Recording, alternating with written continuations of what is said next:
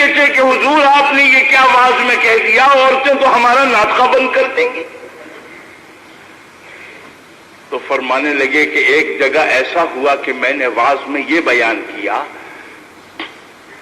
کہ بچے کو دودھ پلانا عورت کی ذمہ داری نہیں ہے۔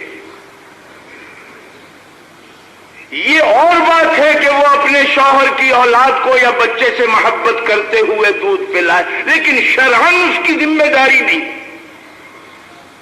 رکھے کسی دودھ پلانے والی کو۔ تو مولانا نے جب یہ واز میں فرمایا تو لوگوں نے یہ کہا آ کے، مردوں نے کہ ارے صاحب یہ آپ نے کیا کہہ دیا ہے، وہ تو ہر عورت بچے کو اب ہمارے گود میں ڈالے گی، لو اپنا بچہ، جاؤ دودھ پلانے والی کا انتظام کرو، ہماری کوئی شرعی ذمہ داری نہیں۔ تو مصیبت آ جائے گی۔ فرمایا کہ اچھا انتظار کرو، اگلے دن جو واز ہوگا میں اس کی تلافی کر دوں گا۔ اگلے دن واز میں مولانا نے یہ فرمایا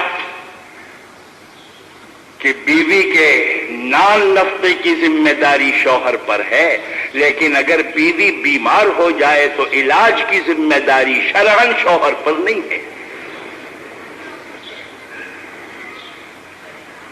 تو مولانا نے فرمایا کہ اب اگر عورت یہ کہے گی کہ لو اپنا بچہ دودھ پلانے والی کا انتظام کرو، میری ذمہ داری نہیں ہے، تو شوہر یہ کہے گا تو اگر بیمار ہوگی علاج کرانا میری ذمہ داری نہیں ہے۔